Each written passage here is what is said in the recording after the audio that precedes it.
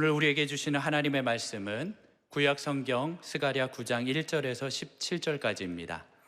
제가 가지고 있는 성경은 구약 성경 1320페이지가 되겠습니다. 오늘 우리에게 주신 말씀 중에 1절에서 4절과 11절에서 17절까지의 말씀을 함께 교독하시겠습니다. 1절 제가 먼저 읽겠습니다. 여호와의 말씀이 하드락 땅에 내리며 다메섹에 머물리니 사람들과 이스라엘 모든 지파의 눈이 여호와를 우러러 봄이니라. 그 접경한 하맛에도 임하겠고 두로와 시돈에도 임하리니 그들이 매우 지혜로움이니라. 두로는 자기를 위하여 요새를 건축하며 은을 티끌같이 금을 거리에 진흙같이 쌓았도다. 주께서 그를 정복하시며 그의 권세를 바다에 쳐 넣으시리니 그가 불에 삼켜질지라. 11절 제가 읽겠습니다. 또 너로 말할진대 내 언약의 피로 말미암아 내가 내 갇힌 자들을 물 없는 구덩이에서 놓았나니 갇혀 있으나 소망을 품은 자들아 너희는 요새로 돌아올지니라. 내가 오늘도 이르노라. 내가 내게 갑절이나 갚을 것이라. 내가 유다를 당긴 활로 삼고 에브라임을 끼운 화살로 삼았으니 시온아 내가 내 자식들을 일으켜 헬라 자식들을 치게 하며 너를 용사의 칼과 같게 하리라. 여호와께서 그들 위에 나타나서 그들의 화살을 번개같이 쏘아내실 것이며 주 여호와께서 나팔을 불게 하시며 남방 회오리 바람을 타고 가실 것이라. 만군의 여호와께서 그들을 호위하시리니 그들이 원수를 삼키며 물맷돌을 밟을 것이며 그들이 피를 마시고 즐거이 부르기를 술 취한 것 같이 할 것인즉 피가 가득한 동이와도 같고 피 묻은 제단 모퉁이와도 같을 것이라.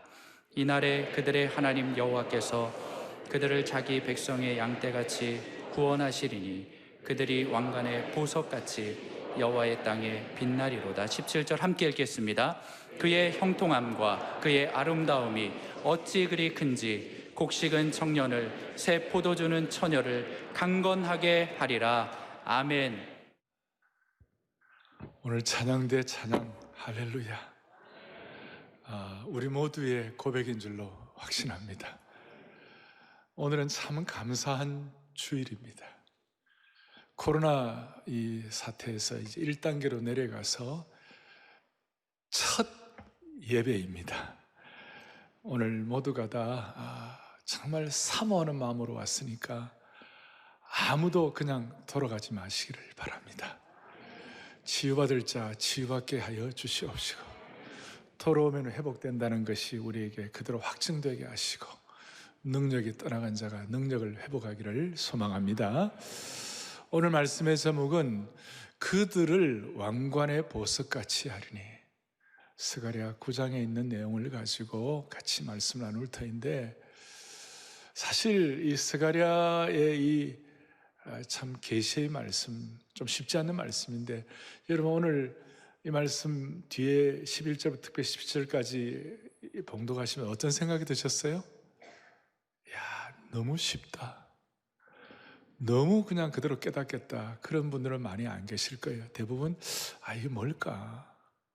꼭 요한계시록 읽는 것 같은 느낌이 있었을 텐데 오늘 이 말씀이 여러분들에게 깨달아지기를 바랍니다.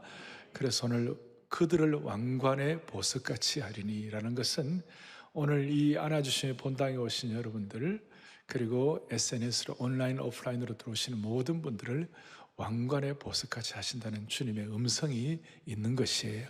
그래서 오늘 저는 마음에 주여 우리 성도들을 다 왕관의 보석처럼 되게 하여 주십시오.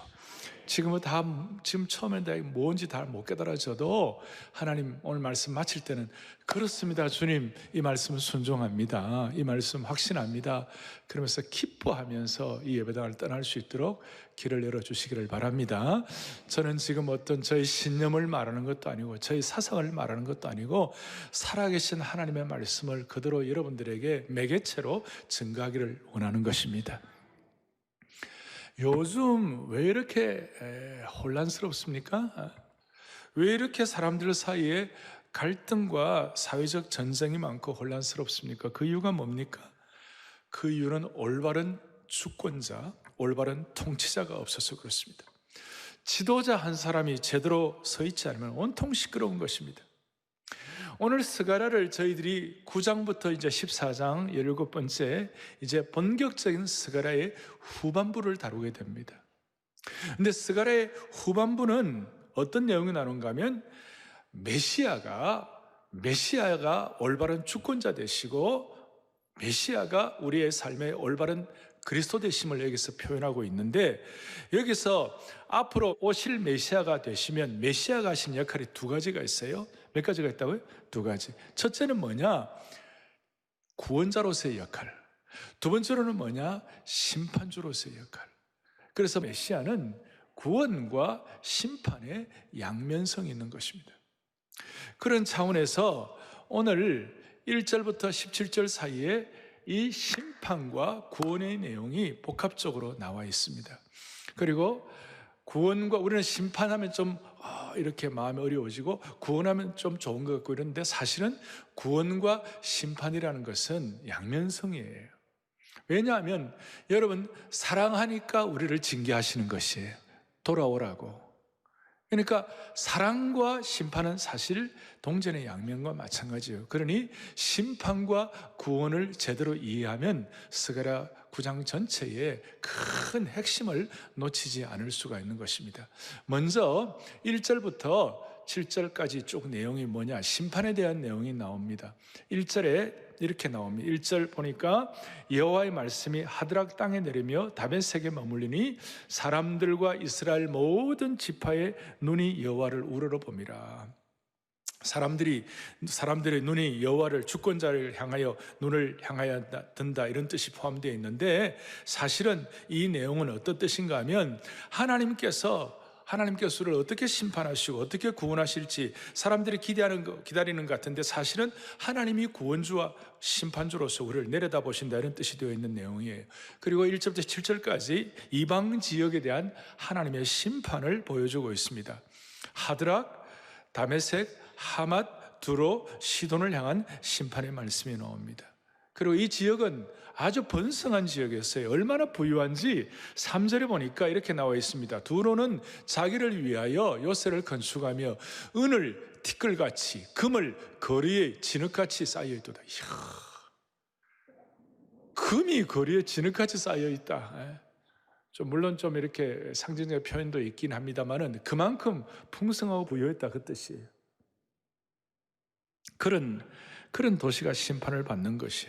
그리고 똑똑하기는 얼마나 똑똑한가? 2절 뒤에 보니까 그들이 매우 지혜롭다. 풍요하고 똑똑함이 있었다. 그리고 5절부터 7절까지 계속 이어보면 블레셋 지역을 이제 심판하는 내용이 나옵니다. 하드락, 다메섹, 하맛, 두로, 시돈뿐만 아니라 블레셋 지역인데, 대표적으로 아스글론이라는 지역이 나옵니다. 제가 재작년에 아스글론에 가봤어요. 아주 풍요로운 지역이었어요. 해변가에 있는 큰 성으로 위용이 대단했습니다.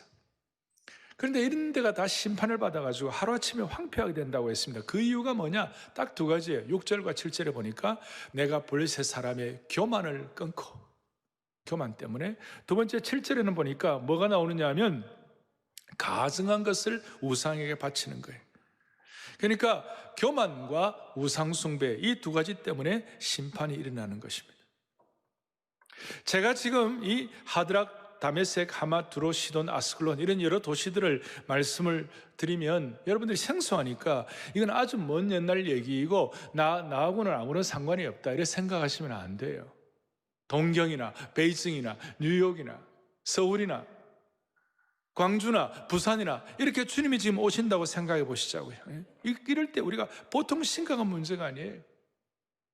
그리고 이제 이런 내용들을 그냥 구약 스가랴 9장에 적혀 있는 것으로 끝나는가? 그게 아니고 오늘 1절부터 7절 이 내용들의 심판의 이 모든 과정들은 사실 스가랴가 예언을 하는데 얼마 있지 않아 가지고 한 200년 뒤에 알렉산더 대제가, 알렉산더 왕이 정복왕으로서 이렇게 정복해 나갈 때 오늘 스가랴 9장에 있는 이 내용들, 하드락부터 시작해가지고 저 시리아, 그리고 페니키아, 그 다음 블레셋까지 순서대로 전부 다 점령하는 내용이 나와 있는 것이.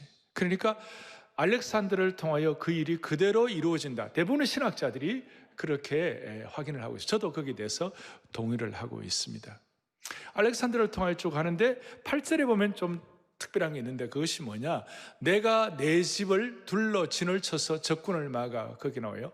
내 집이란 것은 하나님의 집 여호와의 성전을 말하고 스룹바벨의 성전을 말하는데, 희한하게도 알렉산더가 쭉 시리아와 팔레스타인 이런 모든 것들을 다 점령을 하는데 예루살렘 성전은 그냥 스쳐 지나갔어요. 그것이 지켜졌어요. 이제 이런 내용들을 우리가 쭉 살펴보면서 첫 번째 우리가 생각할 것은 뭐냐면, 진짜 정복자는 누구냐? 참 정복자, 참 심판자가 누구시냐? 참 심판자와 정복자이신 메시아 되시는 예수 그리스도에 대해서 생각을 하겠습니다. 예를 들어서 오늘 제가 알렉산더 대왕의 정복 전쟁은 하나님의 심판의 도구로 하나님이 사용하셨다고 그랬어요. 하나님의 심판의 도구로. 그래서 우리가 겉으로는 알렉산더를 통하여 심판하시고 이렇게 한 것 같지만, 사실은 또 거기에는 또 하나의 구원이 양면적으로 담겨 있는 것이에요. 알렉산더가 이 모든 정복 전쟁을 함으로 말미암아 헬라 문화, 헬라 언어를 통하여 예수 그리스도의 오심을 준비하고 뭐 그런 내용들 여러분들 다 아실 거예요. 그리고 또 하나 특별한 것은 세상의 정복자 알렉산더 대왕과 참 정복자 되시는 메시아와의 아주 극명한 차이를 보여주는 것이, 그것이 뭐냐면 9절이에요. 9절에 이렇게 나와 있어요. 같이 보겠습니다. 9절 뒷부분에 시작. 내 왕이 너에게 임하시리니 그는 공의로우시며 구원을 베푸시며 겸손하여서 나귀를 타시나니 나귀의 작은 것 곧 나귀 새끼니라. 아멘. 여러분, 조금 성경적 지식이 어느 정도 있는 분들은 예수님이 예루살렘에 입성하실 때 뭘 타고 오신 거예요? 그것도 낙이 뭐예요? 새끼 낙이를 타고 오신 것이에요. 그 예수님께서 이 땅에 오실 때에 정복자 알렉산더는 흰말을 타고 정복자로서 그냥 그 강력한 그 권세자로서 정복자로서 임하지만, 예수 그리스도는 낙이 새끼를 타고 오시는 겸손한 정복자로서 오시는 것을, 그러니까 낙이 타고 오신 예수 그리스도, 어느 정도 우리는 이 말씀을 통하여 예표된 구약에 미리 예언된 것들을 우리가 좀 확인할 수가 있는 것입니다. 이렇게 말씀드릴 수 있습니다.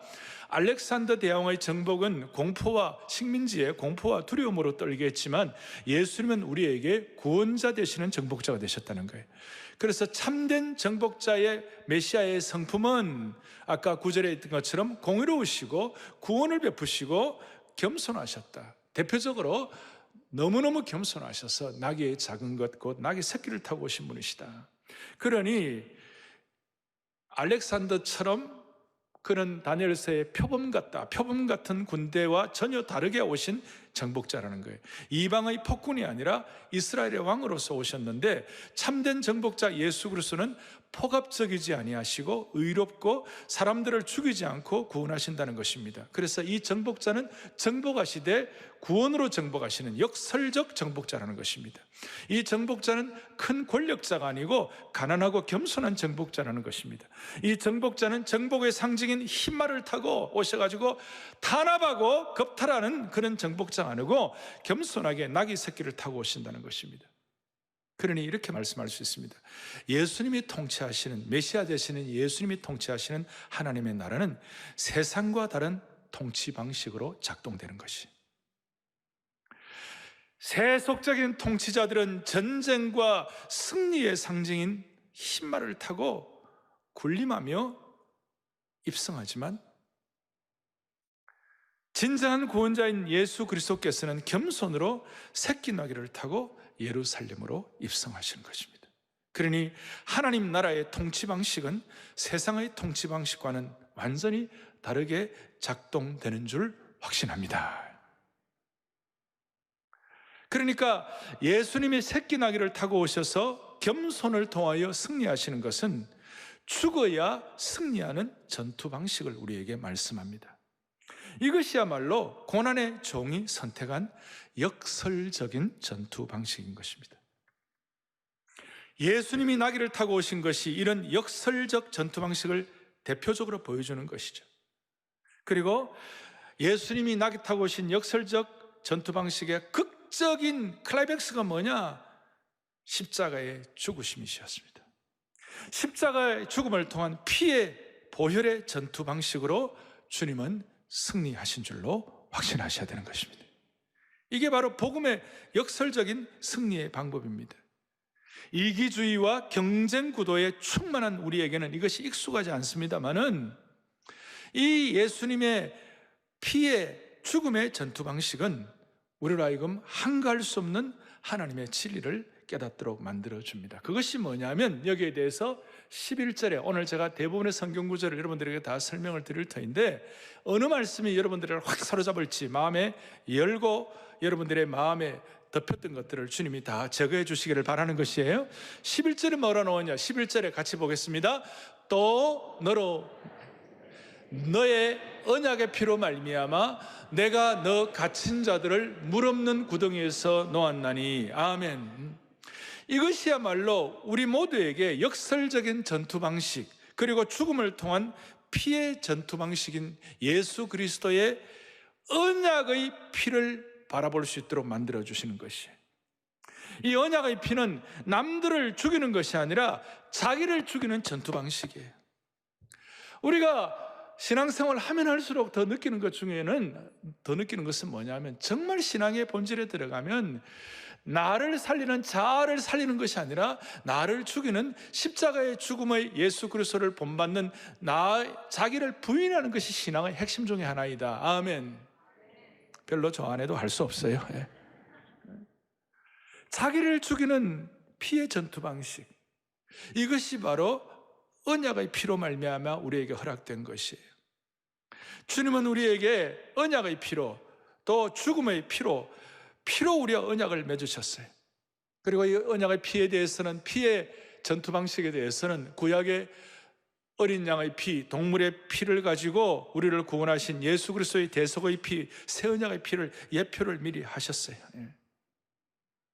그래서 오죽하면 구약을 제대로 해석한 히브리서 기자가 히브리서 9장 14절에 뭐라고 설명하고 있는가? 읽어보겠습니다. 하물며 영원하신 성령으로 말미암아 흠없는 자기를 하나님께 드린 그리스도의 피가 어찌 너희 양심을 죽은 행실에서 깨끗하게 하고 살아계신 하나님을 섬기게 하지 못하겠느냐? 아멘. 그리스도의 언약의 피가 세상의 전투 방식이 아니라 보혈의 피, 죽음의 피, 죽음을 통한 피의 이 방식이 우리로 하여금 세상 사람들의 사고방식과 완전히 다르게 신앙생활을 할 수 있도록 만들어주시는 것이. 그러니 이 언약의 피로 말미암아, 그 다음에 이제 중요한 것이에요. 이 언약의 피로 말미암아, 보혈의 피로 말미암아 세상과는 다른 이 전투 방식으로 말미암아 11절 뒤에 내가 너 갇힌 자들을 물 없는 구덩이에서 놓아준다 그랬어요. 그러니 언약의 피로 말미암아 우리에게는 진정한 자유를 허락받는다는 것이에요. 사랑하는 교우들이여, 오늘 이 시간 마음을 점점 집중하겠습니다. 다른 거 없습니다. 하나님의 말씀이 우리를 살리는 것입니다. 언약의 피가 우리를 새롭게 하는 것입니다. 주님의 영적인 전투 방식은 역설적인 것입니다. 언약의 피가 우리를 갇힌 곳으로부터 자유하게 한다. 다시 한번 11절 뒤에 물 없는 구덩이에서 놓아준다 그랬어요. 물 없는 구덩이를 얘기하면 우리는 요셉을 어느 정도 생각할 것입니다. 요셉을 물 없는 구덩이에서 구원하신 하나님을 찬양합니다. 그런데 조금 더 깊이 들어가면 예레미야가 경험한 물 없는 구덩이가 있습니다. 그것이 뭐냐면 예레미야 38장 6절에 보면 다 같이 우리 또박또박 봅니다. 그들이 예레미야를 끌어다가 감옥들에 있는 왕의 아들 말기야의 구덩이에 던져 넣을 때에 예레미야를 그 구덩이에는 물이 없고 진창이므로 예레미야가 진창 속에 빠졌더라 그랬습니다. 물이 없는 구덩이인데 예레미야는 물 없는 구덩이죠. 진창 속에 빠진 거예요. 그리고 진창 속에 빠진 것으로 끝난 것이 아니라 38장 9절에 보면 뭐라고 나와 있냐면 그들이 그를 구덩이에 던져 넣었으니 그가 거기에서 굶어 죽으리이다. 굶어 죽는 곳이에요. 진창은 굶어 죽는 것이고 물이 없는 구덩이니까, 물이 없으니까 언젠가는 목이 말라 죽는 거예요. 예수 그리스도의 언약의 피는 물이 없는 구덩이에 있는 우리들을 살려내는 것이에요. 오늘 우리는 이 자리에 수많은 여러분들의 삶의 배경을 가지고 오셨어요. 괜찮은 분들도 있고 감사한 분들도 있고 주님 앞에 너무너무 귀한 어떤 삶의 평탄한 과정도 있을 수도 있지만 많은 분들이 내가 안 봐도 비대해요, 여러분. 진창 속에 빠져 있는 분들 여기 많이 계세요, 지금. 오늘 이 방송을 듣고 SNS로 또 실제로 방송을 듣는 모든 분들도 마찬가지일 거예요. 사랑하는 교우들이여, 인생이란 것은 우리 모두가 다 한결같은 무슨 꽃길만이 아니에요. 인생은 진창이 있어요. 인생은 메마른 구덩이가 있어요. 그런데 하나님은 오늘 언약의 피로 우리를, 진창에 빠진 우리를 언약의 피에, 그 줄기에다가, 그 끈에다가 언약의 피를 발라주셔가지고 우리를 구원하시는 하나님이시라는 것이에요. 사랑하는 교우들이여, 이 언약의 피에서 구원한 것 때문에 뭐라고 말씀하시는가? 12절에서 기가 막힌 말씀을 하고 있는 거예요. 뭐라고 말씀하시는가? 12절에 이렇게 나와 있습니다. 갇혀 있으나 소망을 품은 자들아. 우리가 갇힘을 당하는 환경이 될 수가 있어요. 우리가 진흙탕에 빠질 수 있어요. 우리가 메마른 물 없는 구덩이에 빠질 수 있어요. 갇혀 있으나 그러나 소망을 품은 자들아. 언약의 피를 통하여 우리로 하여금 자유함을 선포하신 주님을 찬양하는 것입니다. 갇혀 있으나 소망을 품은 자들아. 이 본문을 좀 더 살펴보면 prisoners of hope, 소망의 포로라는 말로 해석할 수가 있어요. 여러분이나 저나 우리 모두는 소망의 포로들입니다. 선지자들 다 소망의 포로들이었습니다. 오늘 이 예배를 안아주심의 본당에서 우리가 예배를 드릴 때, 사랑하는 교우들의 집에서 드릴 수 있지만 이렇게 사모하며 나와가지고 드릴 때 소망의 포로됨의 역사와 소망의 포로됨의 그 깨달음의 은혜가 더 진해지는 것이에요. 우리는 갇혀있으나 소망을 품은 자들이 될 수가 있는 것입니다. 그러니 우리는 이 갇혀있으나 소망을 품은 자들 되기 때문에, 우리가 이 소망이 확실하기 때문에 어떤 경우에도 좌절하면 안 되는 겁니다. 다시요, 제가 이것을 세상의 어떤 긍정적인 사고방식이나 적극적인 생각을 가지고 여러분들에게 말씀을 드리는 것이 아니에요. 세상의 긍정적이고 적극적인 사고방식은 자기 신념, 어떤 경우는 자기 최면, 어떤 경우는 자기 사상이지만, 소망의 포로, 하나님의 성품을 아는 사람들은 이 소망에 갇혀있으나 소망에 포로된 자들에 대해서는 이것은 하나님의 성품을 신뢰하고 하나님의 말씀을 믿고 하나님의 인격을 알기 때문에, 피의 복음을 의지하기 때문에 이 말씀을 확신하는 것입니다. 이것 때문에 우리는 세상 사람들과는 다르게 초월적 감사를 드릴 수가 있고, 절대 감사를 드릴 수 있고, 범사에 감사할 수 있고, 만사에 감사할 수 있고, 역설적인 감사를 주님 앞에 올려드릴 수가 있는 겁니다. 우리 모두는 다 가정의 가장이요, 또 어머니로서, 아버지로서, 또 세상에서, 여러분들 세상에서 무슨 지도자의 위치가 아니다 할지라도 우리는 모두가 다 하나님 앞에서 우리는 다 지도자의 은혜를 받은 사람들이에요. 무슨 말이냐? 지도자는 함부로 절망을 얘기하면 안 되는 것이에요. 아무리 어려워도 여러분 이 말씀을 믿고 한국교회를 이용하여 이 한국교회의 수많은 벽들을 헤쳐나갈 수 있도록, 그 벽들을 돌파할 수 있도록 갇혀있으나 소망을 품은 역사가 여러분들을 통하여 선포되고 확증될 수 있기를 바라는 겁니다. 함부로 한국교회가 이렇다 저렇다 함부로 얘기하면 안 되고, 우리는 한국교회를 다시 한번 새롭게 이렇게 세워가지고 우리가 다시 한번 이 민족의 피 흘림 없는 복음적 평화 통일을 할 수 있을 정도까지 우리 모두가 다 갇혀있으나 포로된 자들의 능력을 받지 않으면, 소망을 품은 자들이 되지 않으면 길이 열리지가 않는 것이에요. 자, 이럴 때에 12절에 놀라운 은혜가 있어요. 자, 같이 보겠습니다. 갇혀있으나 소망을 품은 자들아, 너희는 요새로 돌아올지어다. 내가 오늘도 이르노라. 내가 너에게 값설이나 갚을 것이라. 할렐루야. 갇혀있으나 소망을 품은 자들이 되면, 피의 언약을 통하여 메마른 진흙턱의 구렁텅에서 구원받는 그런 역사가 일어난다면, 오늘 내가 너에게 이르노니 너는 갑절이나 은혜를 받을 것이니라. 갑절의 은혜를 받게 하여 주시옵소서. 사랑하는 교우들이여, 우리 모두는 지금 하나님 나라를 향한 소망을 가지고 어떻게든 하나님의 은혜를 받기를 소망하는 마음으로 이 예배를 드리고 있는 것이에요. 정말 겸손하고 간절한 마음으로 예배를 드리고 있는 것이에요. 갑절의 은혜를 받는다는 것이 얼마나 소중합니까? 엘리사가 엘리야 선지자를 스승으로 섬겼을 때에, 평생을 따라다니면서 고생하면서 엘리야를 섬겼을 때, 나중에 엘리야가 승천하기 전에 뭐라고 그랬죠? 내가 너에게 뭐 다 해주기를 원하느냐 그랬을 때 엘리사가 뭐라 그랬죠? 갑절의 은혜를 받기를 바랍니다 그랬어요. 죽도록 고생하고 평생을 따라다니면서 수고한 대가로 갑절의 은혜를 사모하는데, 우리는 오늘 이 말씀 믿고 확신하면 내일부터 시작되는 특세에 갑절의 은혜를 주님이 주실 것이에요. 이걸 믿는 것이 신앙인 것이에요. 우리는 평생 스승을 안 따라다녀도 이 말씀 그대로 애누리 없이 믿고 확신하면 하나님 우리에게 갑절의 은혜를 부어주시는 것이에요. 오늘 마음속의 은혜를 가지고, 여러분들 어떤 한편 마음속에는 이렇게 복잡한 시대, 코로나 시대에 내일부터 무슨 특세냐, 예배드리기도 힘든데 이런 생각이 있을 수도 있어요. 그런데 우리는 오늘 다시 한번 갇혀 있으나 소망을 품은 자들인 것입니다. 구덩이 속에서 해방받고 나온 주의 백성들이 되는 것입니다.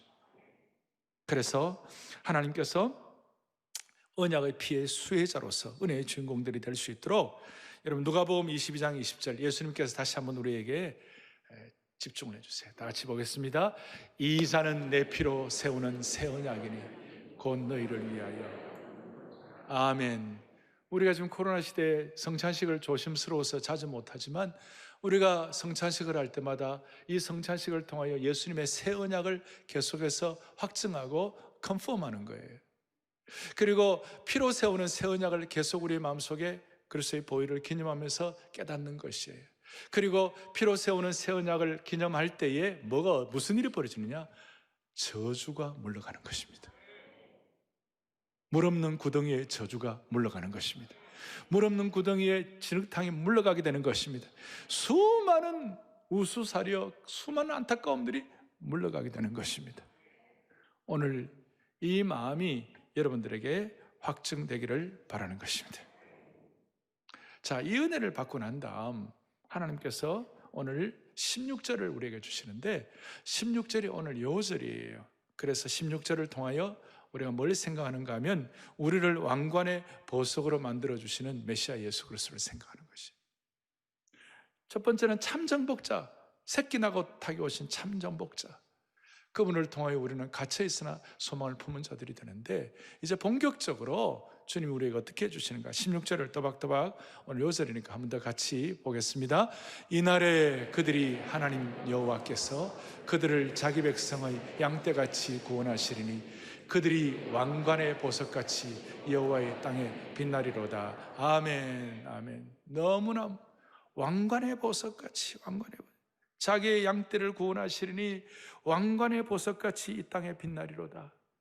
저는 2400년 전에 어떻게 저렇게 아름다운, 어떤 철학이, 어떤 잘 글 쓰는 사람이 저렇게 표현할 수가 있겠어요? 이거는 성령의 계시와 감동으로 쓰여진 것이에요. 오늘 이 말씀, 우리가 성령의 은혜로 예수 그리스도를 구세주와 주님으로 고백한 우리들이 동일하게 고백할 수 있어요. 주여 우리들을 왕관의 보석같이 하여 주십시오. 왕관의 보석같이, 왕관의 보석같이. 왕관의 보석같이 한다는 것은 1차적으로 어떤 뜻인가? 주님이 우리를 자랑스러워 하시는 거예요. 마치 우승 트로피를 들고 참 할렐루야 하듯이 여러분들과 제가 주님의 왕관의 보석같이 자랑스러운 그런 은혜를 받기를 원하는 것이에요. 그런데 오늘 정말 중요한 걸 말씀을 드릴 거예요. 왕관의 보석 같다는 말이 오늘 제일 중요한 것인데, 어떤 뜻인가?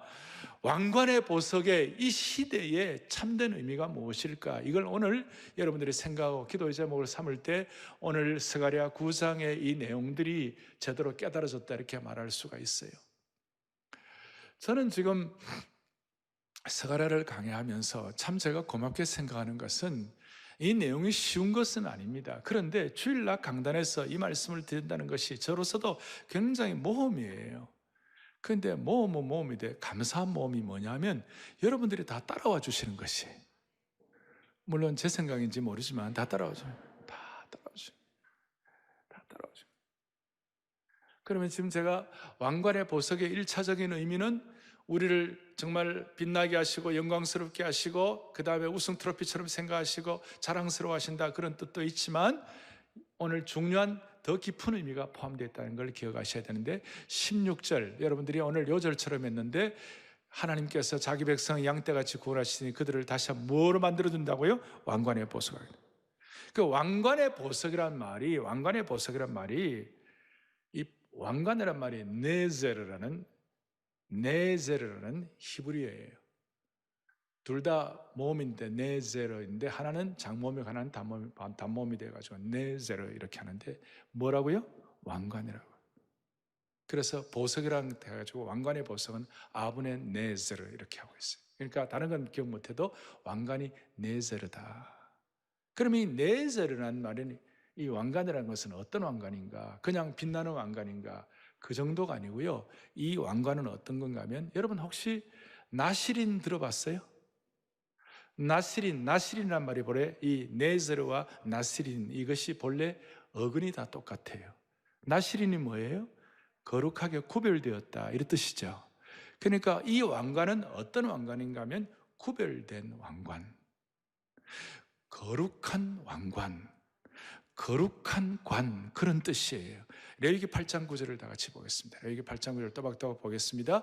그의 머리에 관을 씌우고 그 관 위 전면에 금패를 붙이니 곧 거룩한 관이라 여호와께서 모세에게 명령하신 것 같았더라. 할렐루야. 뭐냐고 할 때에 레위기 8장은 제사장 위임식에 대한 내용이에요. 제사장을 위임할 때에 마지막에 보면 거기에 거룩한 관을 씌워주는 거예요.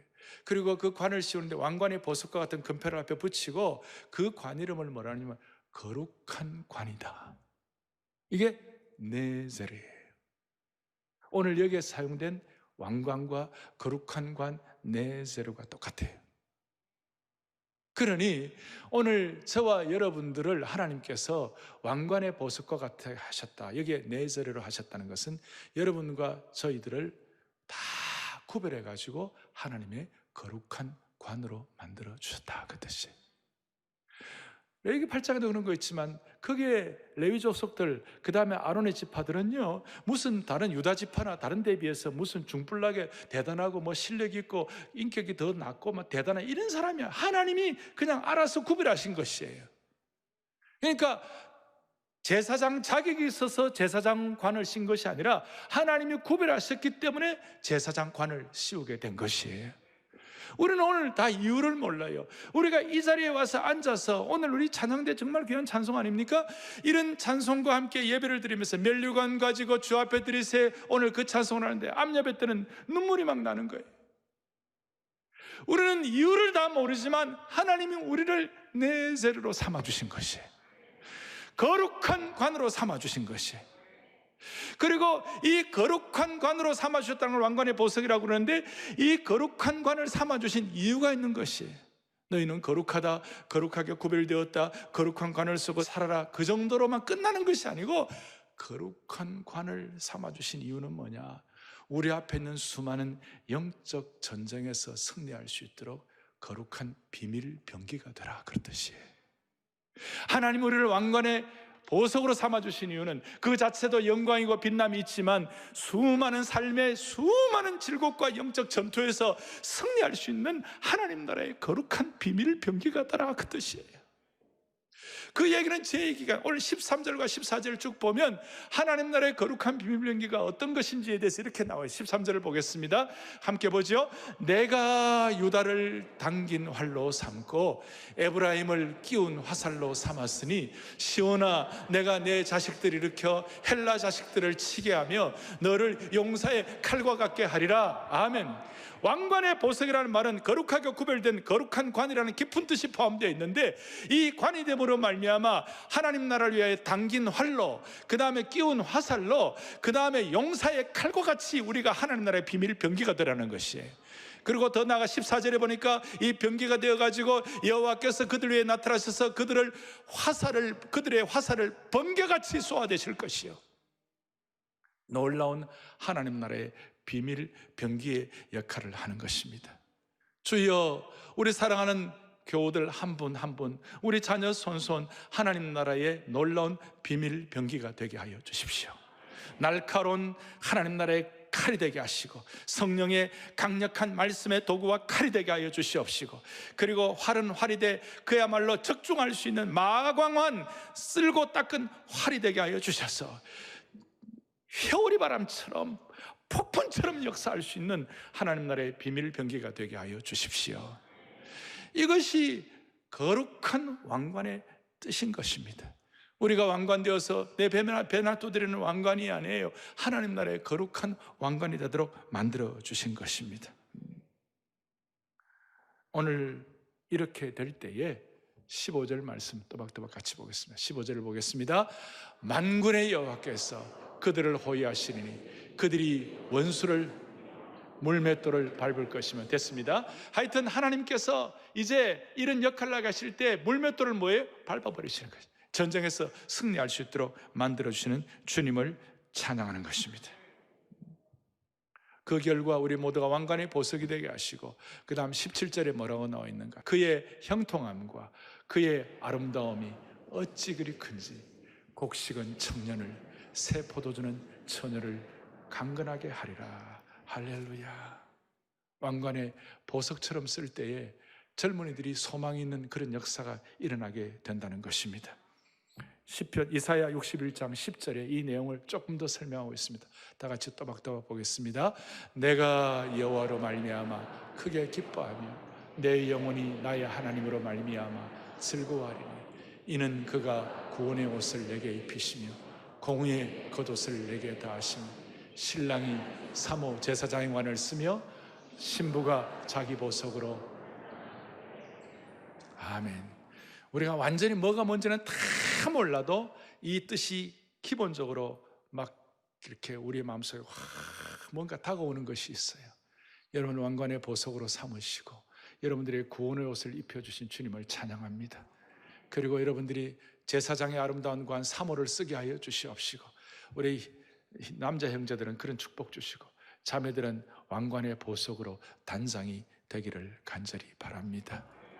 내일부터 특별 새우봉회를 합니다. 제가 이번 특별 새우봉회는 진짜 많은 분들이 사모하는 것 같아요. 요즘 이런 시기에 정말 사모하는 것 같아요. 뭐 여러 가지 또 하나는 우리 봄 특세를 못했으니까 갑절로 사모하는 것 같아요. 그래서 갑절에 여러분들의 은혜로 무장되었으면 좋겠습니다.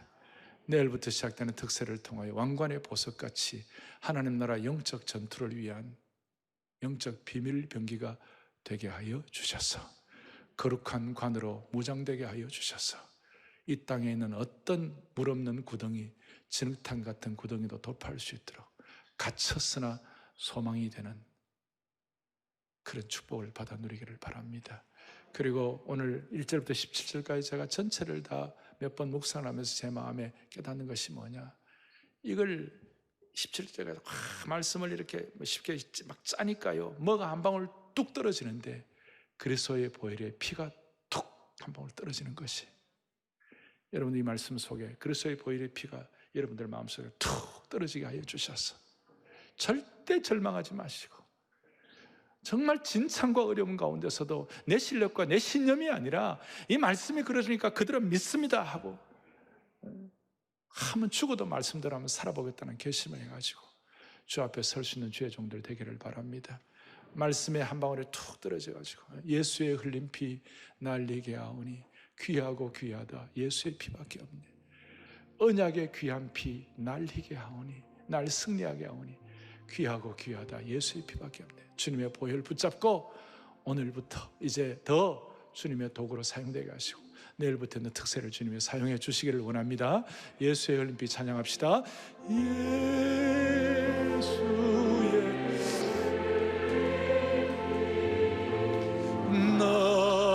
날리게 하오니 귀하고 귀하다 nothing but the 피밖에 언약의 귀한 피 언약의 귀한 다 맡기세요. 진창을 다 주님 올려드립니다. 메마른 삶의 구덩이를 주님 앞에 다 올려드리오니 귀하고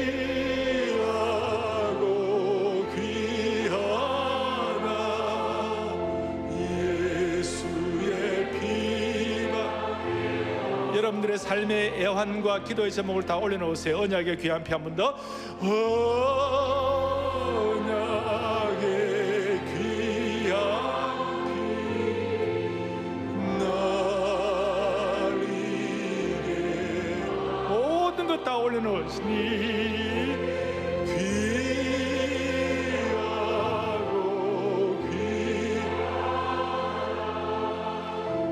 예수의 피밖에 진심으로 고백합니다. 한 번 더 귀하고 귀하다. 귀하고 귀하다. 예수의 피밖에 없네. 가슴에 손을 얹겠습니다. 살아계시고 영화로우시며 자비로우신 하나님 아버지, 이렇게 1단계 되고 난 다음 사모하는 마음으로 주의 전을 달려온 주의 백성들, 또 온라인으로 들어온 주의 권속들 한 분 한 분 오늘 모두가 다 언약의 피의 주인공들 되게 하여 주시기를 원합니다. 그리하여 오늘 말씀을 확신함으로 말미암아 갇혀있으나 소망대 소망을 품은 자들이 되게 하여 주시옵시고, 하나님 나라의 왕관에 보석되게 하시고, 어떤 경우에도 절망하지 아니하고 어떤 진창 속에서도 구원받는 하나님의 백성들 되게 하여 주시기를 원합니다. 오늘 언약의 피를 통하여 모든 갇혀있는 상태에서 해방되게 하여 주시옵소서. 그리고 우리 모두가 다 거룩한 하나님의 관으로 무장되어 수많은 영적 전투에서 승리하는 비밀 병기가 되게 하여 주시기를 원합니다. 내일부터 있을 특세를 통하여 하나님이 예비하신 갑절의 은혜를 부어 주시옵소서. 갑절의 은혜의 주인공으로 삼아 주시기를 소망하옵고, 우리 주 예수 그리스도를 받들어 간절히 기도 올리옵나이다. 아멘.